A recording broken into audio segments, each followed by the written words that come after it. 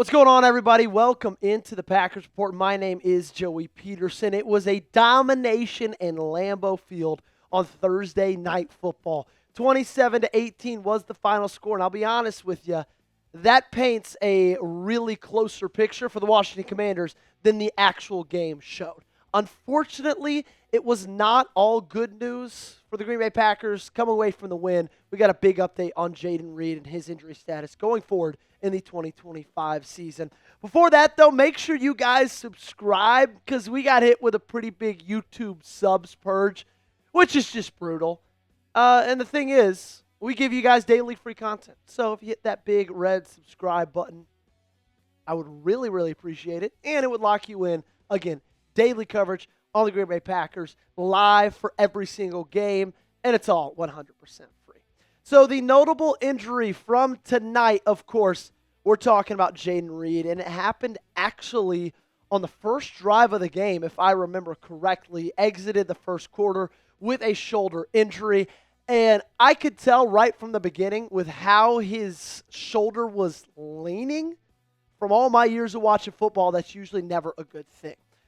On 9:17 p.m., Matt Schneidman tweeted out, Jayden Reed's on the sideline. Looks like his right arm is in a sling. And then, unfortunately, just about 2 hours later, Aaron Nagler was the one who broke the news. LaFleur says Jayden Reed broke his collarbone. Expect him back late this season. Look, guys, this sucks. Like, there's no two ways around it. Jayden Reed is a massive part of this team. He's this team's wide receiver one as of right now. Now, the good thing is I've got faith in the wide receivers behind him. Everything Dobbs has shown me, everything Wicks has shown me, I still am going to have faith in Matthew Golden, even though he hasn't been utilized a ton so far in these first two games. So there is a little bit of a silver lining. The drop-off's not too big.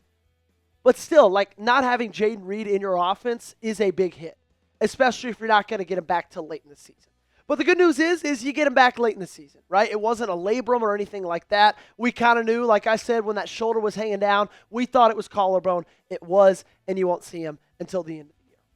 Some takeaways now. Okay, let's move into those because that's going to be the second part of this video. My 5 takeaways from the domination over the Washington Commanders. Look, guys, number 1, Micah Parsons is exactly as he was advertised. And I'm talking about how people in the media advertised him to me, and I'm talking about the way that I advertised him to you. And sure, the stat sheet shows 2 tackles, half a sack, 3 quarterback hurries, which is a good stat line. But he also had 9 quarterback pressures. And like 3 of those guys, it felt like he got back in that backfield in a half second. This dude is dynamic, and he gives this defense a totally different level. Guys, he is the difference in being a playoff contender and a Super Bowl contender. That's Micah Parsons. He's making everybody better around him. The secondary was phenomenal tonight. I'll get into that in a little bit more. But part of the reason is because they don't have to cover as long because Micah Parsons was breathing down Jayden Daniels' neck. Number 2, Tucker Kraft is a top 5 tight end in the game. You heard me. He's a top 5 tight end in the game. Almost broke the tight end receiving yards record in franchise history tonight. Came up about 20 yards short, but still put out 6 catches for 124 yards and a touchdown. Big breakaway catch for around 54 in the first quarter. Then he also had so many different plays where he utilized the stiff arm, made guys miss, and of course was wide open for that touchdown as well. The way that Matt LaFleur is utilizing Tucker Kraft is exactly how this guy needs to be utilized. And the way that Jordan Love is leaning on Tucker Kraft is exactly the way a franchise tight end should be leaned on by their franchise quarterback. This team is special. Tucker Kraft is special. And that's a little bit, additionally, why the Jayden Reed news, it sucks. But it is helpful that you have a guy like Tucker Kraft in your tight end room that honestly has led this team in receiving so far in 2025. Grade it for me down below. What's the performance of the Packers versus the Commanders? Give me an A, B, C, D, or F. Obviously, A, you think it's great. F, you think it was horrible. Let me know in the comment section down below. This Packers Polo, while you're down there in the comments section, if you click chatsports.com/gbpolo, which that link is in there, also in the description, it'll take you to this site for this polo for just $33. Okay, it was $55, now it's $33. Massive discount given to you guys, and you got to take advantage of it while you can. Because if they keep winning like they are, and like they have been, and like they did tonight, that means sales are going to go up. That means sales on clothing items are going to go down. Okay? So, get it while it's $22 off while you can.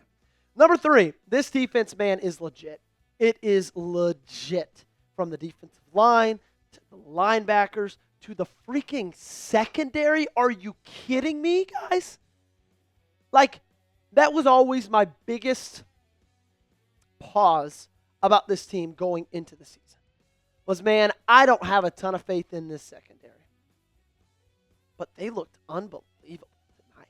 And we'll talk a little bit more about Keisean Nixon specifically later. But I thought the linebackers played well. Edgerrin Cooper, I don't want to say this was his coming out moment, but I do want to say he was a badass linebacker tonight. Quay Walker, he was good. Missed that tackle against Debo. That was a bad effort. Not against Debo, against Zach Ertz on a 4th down play. But, like, the interior of the defensive line was great. Rashawn Gary was great. Lucas Van Ness was great. Xavier McKinney was great. Javon Bullard was great. Evan Williams was great. Like, there were so many guys that I was really, really happy with the way that they played. They looked phenomenal. I can't say enough good things about what Jeff Hafley has them doing. And that makes me scared, and we'll probably talk about this a little bit more in depth tomorrow, that Jeff Hafley is going to be a top head coaching candidate when the next cycle comes. I'm a little bit scared about that. The wide receivers, man, they're making plays. And this needs to be said. Malik Heath with a great sideline catch. Romeo Doubs made some plays. Dontavian Wicks has looked amazing. And so far, ladies and gentlemen, through 2 games, no drops. At least that I can remember. That's unbelievable. Especially compared to what they did last season. The drop rates, the yards lost due to drops, everything was on the shoulders of the wide receivers, and they, no pun intended, dropped it. They did. That's not being a problem this year. And you see how much more efficient that's helping Jordan Love be. When you got guys that when you throw them the football, they catch it. That a wide receiver, what does he do, Gage? He receives, right? That's all you could ask for. That's all these guys get paid to do. And they're out there making plays. Malik Heath, like I said earlier, that toe tap touchdown on the sideline was ridiculous. Really loved what I've seen from Wicks. Like, outside of Tucker Kraft, so far, in my opinion, I think Dontavian Wicks has been the best pass-catching option for Green Bay through the first 2 weeks. Up last, easy, 2 words, 1 name, Keisean Nixon. Keisean Nixon. Let me say it louder for the people in the back. Keisean Nixon. Okay? The big question was, can he be a cornerback 1? The answer tonight, 2 tackles, 5 pass breakups. Are you joking? Jair Alexander, they felt comfortable letting him go for a reason. And I believe that Keisean Nixon was part of that reason. Was a big part of that reason. Okay, he looked phenomenal. I mean, it was an absolute lockdown on Thursday night. And I loved it. I loved every part of it. Tell me down below in the chat, what was your one-word reaction to the Green Bay-Washington game? I think mine was just dominance. Again, 27-18, that was the final. It ended up looking a lot closer than it was. They never trailed. I never doubted. And that's 2 weeks in a row where they never trailed, and it never really has been close. Unbelievable stuff from this team so far. That's it for today's show. As always, make sure you guys get me on social media. Make sure you're subscribed to the channel. It was an awesome live show tonight. 60,000 views, I think. Money stuff from the best fans in the National Football League. Make sure you stick with us and subscribe today.